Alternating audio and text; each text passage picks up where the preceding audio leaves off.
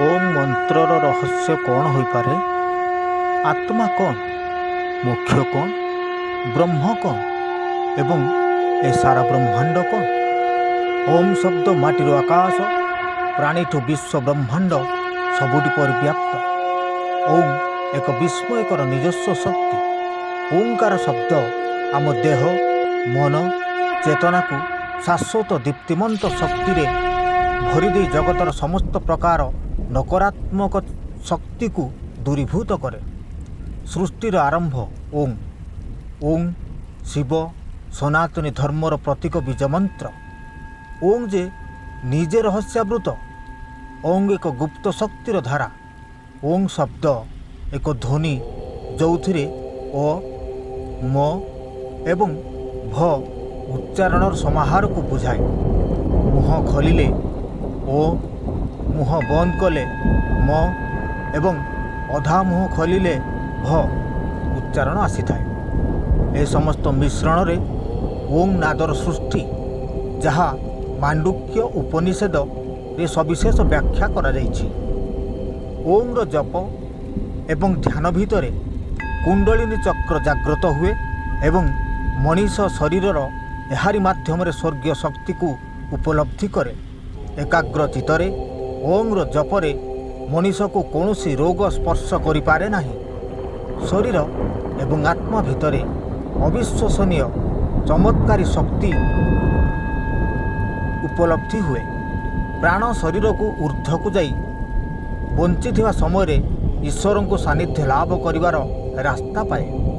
ଚମତ୍କାର ଉପଲବ୍ଧି ଏହା କ୍ରମେ ଐଶ୍ୱରୀୟ ଶକ୍ତିରେ ପରିପୂର୍ଣ୍ଣ ହୋଇ ନିଜର ତଥା ସମାଜର କଲ୍ୟାଣକାରୀ ପାଲନ।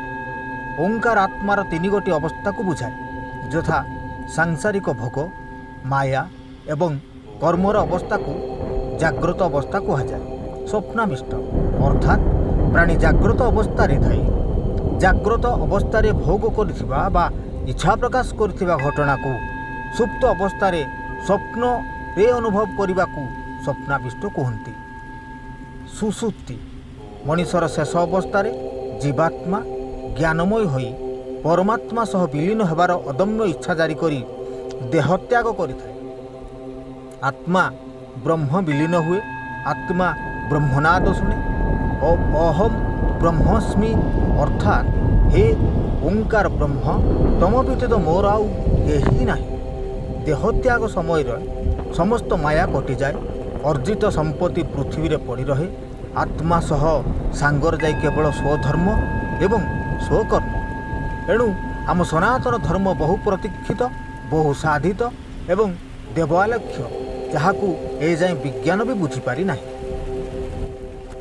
ପ୍ରିୟ ବନ୍ଧୁଗଣ, ଆର୍ଜେ ସନାତନୀ ଓଡ଼ିଆ ଚ୍ୟାନେଲରେ ସନାତନ ଧର୍ମ ଉପରେ ପୋଥି, ପୁରାଣ, ପ୍ରାଚୀନ ଗ୍ରନ୍ଥ, ଉପନିଷଦ ଉପରେ ଗଭୀର ବିଶ୍ଳେଷଣ ଏବଂ ସନାତନ ଧର୍ମକୁ ମହାନ ଧର୍ମ କରି ବିଶ୍ୱ ସ୍ତରରେ ପହଞ୍ଚାଇବା ଆମମାନଙ୍କର ମୂଳ ଲକ୍ଷ୍ୟ।